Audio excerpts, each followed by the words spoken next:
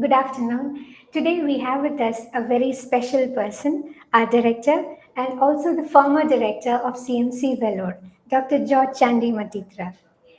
He is a man who built and steered the Believers Church Medical College Hospital to bring hope and healing with the love of Christ. He is a man of great humility, character, and with unparalleled leadership skills. His care and compassion for patients and also his staff is beyond description. His leadership skills and his zeal for excellence and innovation has actually helped the Believers Church Medical College Hospital to thrive during the COVID pandemic when we were all facing a very difficult time.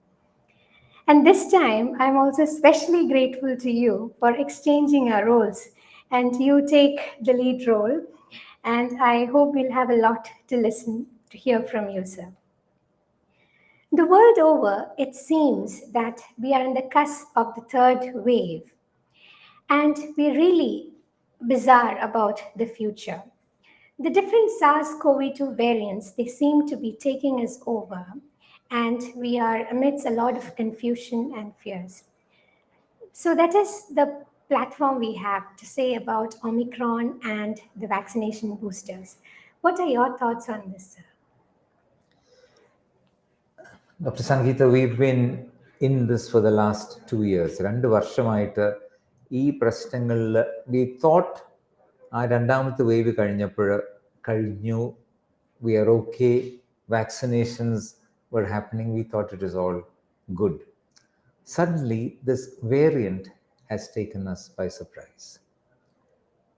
Virology-യിൽ നമ്മൾ പഠിക്കുന്നത് the viruses try to survive ചെയ്യണമെങ്കിൽ നമ്മൾ ഓരോന്ന് വാക്സിനേഷനും മറ്റ് treatment എല്ലാം കൊണ്ടുവരുന്ന സമയത്ത് if the virus has to survive it has to change, it has to transform, it has to mutate. ആ മ്യൂട്ടേഷൻസിൽ കൂടെയാണ് the virus survives longer. So Omicron is a variant, is a change that has occurred which is trying to take over from the Delta virus. So today we are faced with that conundrum. How do we respond? We should not react. How do we respond? Sir, can you tell us more about the infectivity of Omicron when compared to the other Delta and other previous variants? Yes. So what we now know is that it is about 3 to 6 times more infectious, contagious than the previous Delta virus. So in many parts of the world, even in India now, the new variant, which is the Omicron variant, is taking over. So 3 to 6 times more infectious at the moment. Is it true that Omicron causes less severe disease when compared to the Delta or the other variants? Now, the information we have is initially from South Africa. So on December 30th, they announced in South Africa that the peak was over. Very quickly, it had infected a whole lot of people. Today, the World Health Organization announced that 10 million people in the world are already infected with Omicron. On December 31st, the United Kingdom, the government announced that they had also seen a large number of people getting infected, but they were very certain that the morbidity and the mortality was much less than the Delta variant. Nature, in its briefing on the 6th of Jan 2022, had reported that Omicron struggles to infect your lungs. Can you give us more insight into that? Dr. Sangeetha, you know that what was the reason for the major problems during the second wave was the lung infections.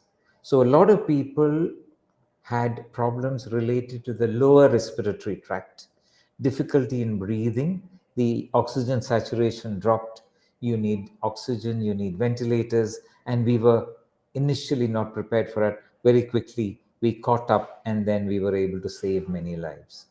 When it comes to Omicron, what they have found is that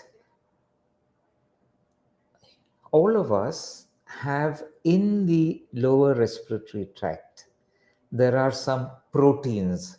It's called the TMP RSS protein, which has the ability for this, the Delta virus could attach itself to this protein and then enter the cell, then multiply there. That was what was causing all the problems with the inflammation, all the cytokines, and all that. That is how a lot of people became very sick and they lost lives. Fortunately, with Omicron, what we have is a good situation where the Omicron is not able to get Bind. bind to this protein. Therefore, the lower respiratory tract is relatively free. Okay, but that also means it will stay up in the upper respiratory passages and in the nose and all that. So, so could this mean, because as you said, it is relatively free, the lungs are not affected by the virus and it does not multiply there because it doesn't have an easy entry into the lungs because of this TMPRSS receptors. So, you mean to say that could the transmissibility be explained by the same problem? I mean, that is the same thing that we have with Omicron? Yes. So what happens is, because it can't go down and multiply, it stays up in the upper respiratory tract and in the nose and all that. And so, even as we speak, even as we breathe, this virus is being sent out. So, therefore, it will quickly reach, for example, in this room, if any one of us has got the Omicron variant in us, I'm sure if I have it, you'll definitely pick it up immediately because we don't have the masks at the moment and it can spread very quickly. This is why Omicron is so contagious, so infectious. That is, what happens here is that the multiplication, the replication of the virus, it happens in the nasal and the respiratory, upper respiratory mucosa, which causes it to be having a high viral load there. And then as we speak and as we cough, the droplets, they seem to have a high virus load, which is in turn responsible for the transmission. Thank you, sir. That was very informative. Now, I have a doubt that comes up. The number of people, as we all know, who have got the infection, who has had immunity either through vaccination or through Yes. infection or both, they have growing. They are growing. So, is that the reason to say that Omicron is less severe, or is there any laboratory evidence that the Omicron really causes less severe disease when compared to the other variants? I think the world has moved, the scientific world has moved very quickly in this area, and nature has reported the results of studies in hamsters and mice. There's a virologist by name Michael Diamond, who has done extensive studies on this. And what they found was that these hamsters and mice infected with Omicron versus the Delta variant, the the hamsters and mice infected by the Omicron have done much better, while the ones infected with Delta virus, they have done very badly. So it is clear that the morbidity and the mortality is related to the virulence or the quantum of virus with Omicron as against the other types. Therefore, we definitely know now from laboratory studies that the Omicron variant is milder. Either it is the number or the virulence, we are not very clear yet. But what the infection that comes because of the Omicron variant will be much milder. And of course, you have the vaccination and other things to support you a little better. But as an infection itself, it is certainly milder. That is the laboratory data that we have. Thank you, sir. That was good. Lancet reports that although 70% of people in the UK have had two doses of vaccine and more than 90% have already had their COVID antibodies, yet the infection is spreading rapidly there. Could this be a reason to suggest that we need booster dose of vaccine? Now, this is one of the reasons why I wanted to speak to you, Dr. Sangeetha. I am more than convinced that the answer is in taking a booster dose.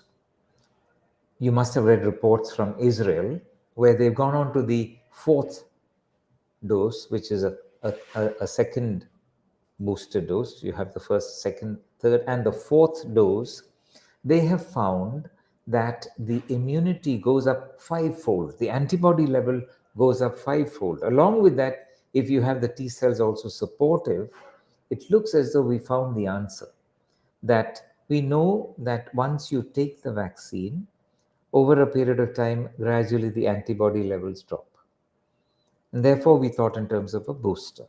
So, from the Israel data, we are very clear that a third dose is important. Now, they are talking about a fourth booster dose in order to bolster up the immunity. So, one thing is that the booster definitely cannot prevent the ravaging epidemic.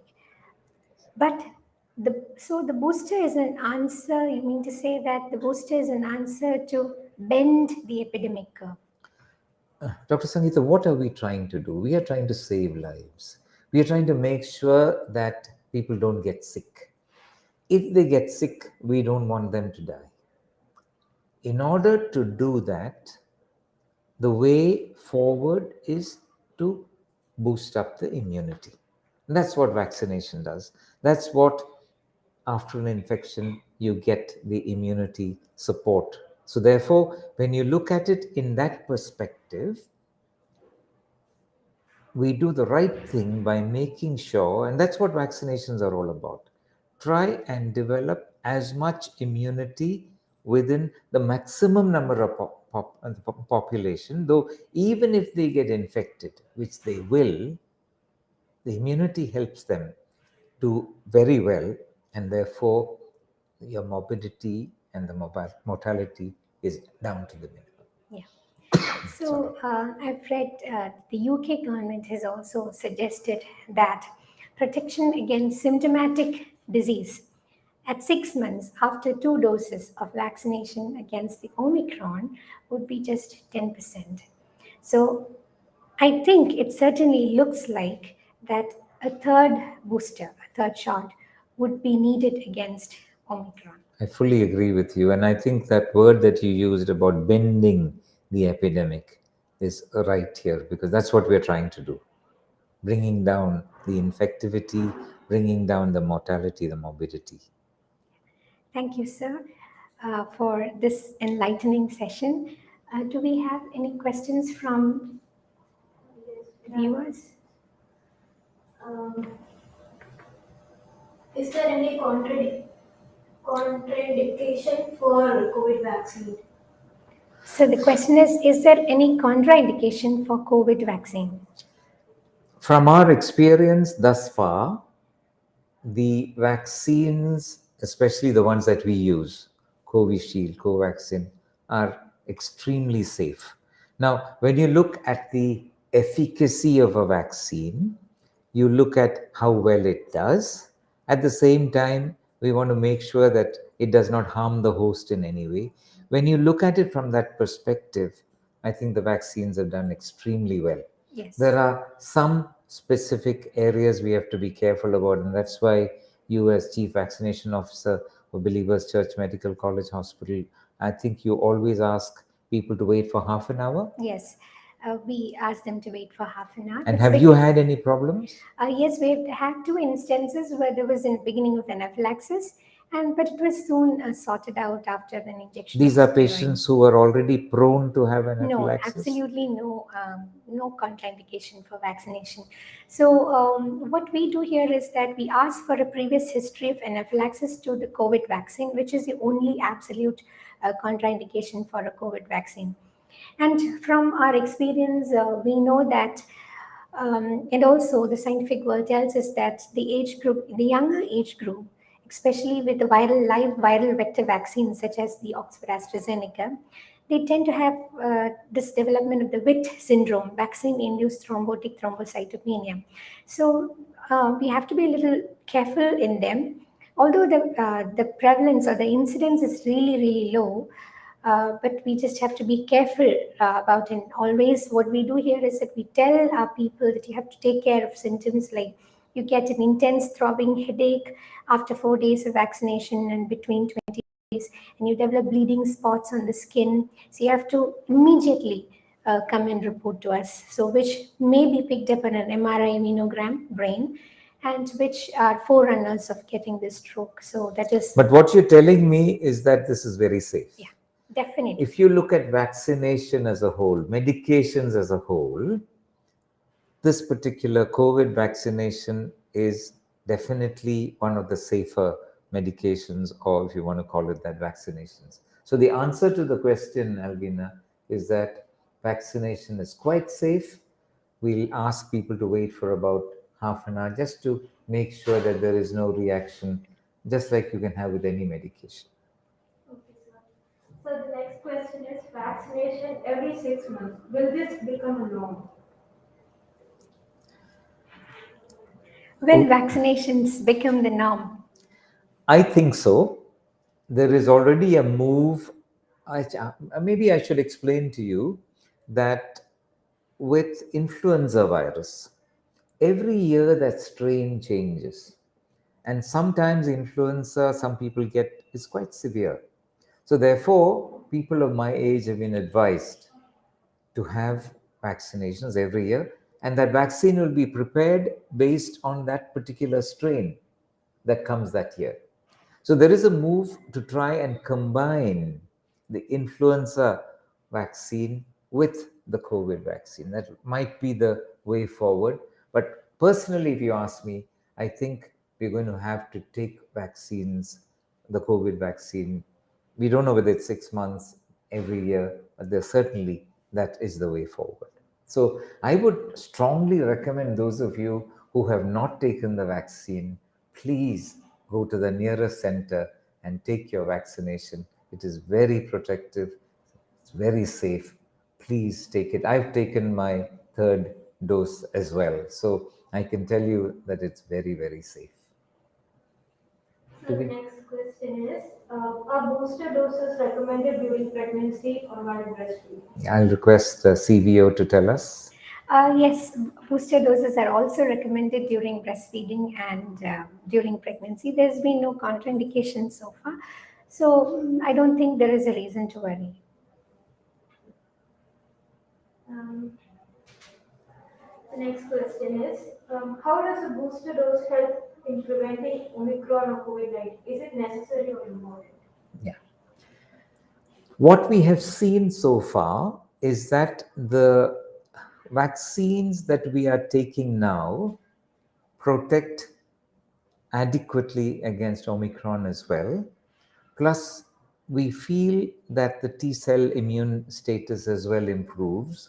So, the same vaccines are protective against the Omicron infection as well. Oh, isn't that, wouldn't you agree, Dr. Sangeetha? Yes, sir. Definitely, as sir already had mentioned, every time you give a booster, the antibodies, there is a rise in the titer of antibodies, which of course can bind to the Omicron virus as well.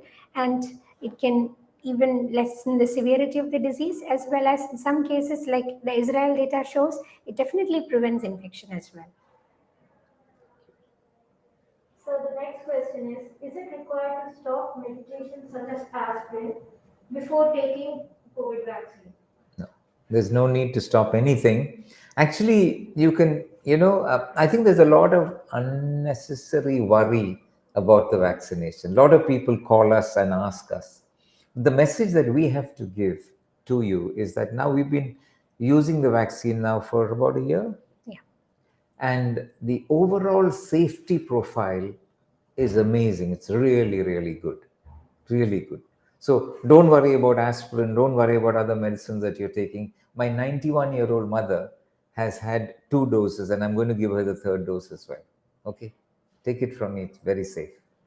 And we have also given 28,000 doses, and so far nobody has come with any fatal problem related to vaccination. Okay, sir.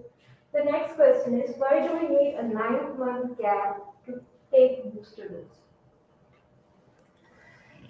Whenever such decisions are made, you bring in a little bit of science, make sure that it doesn't harm anybody, and you would also look at the availability of vaccinations, medicines, and all that.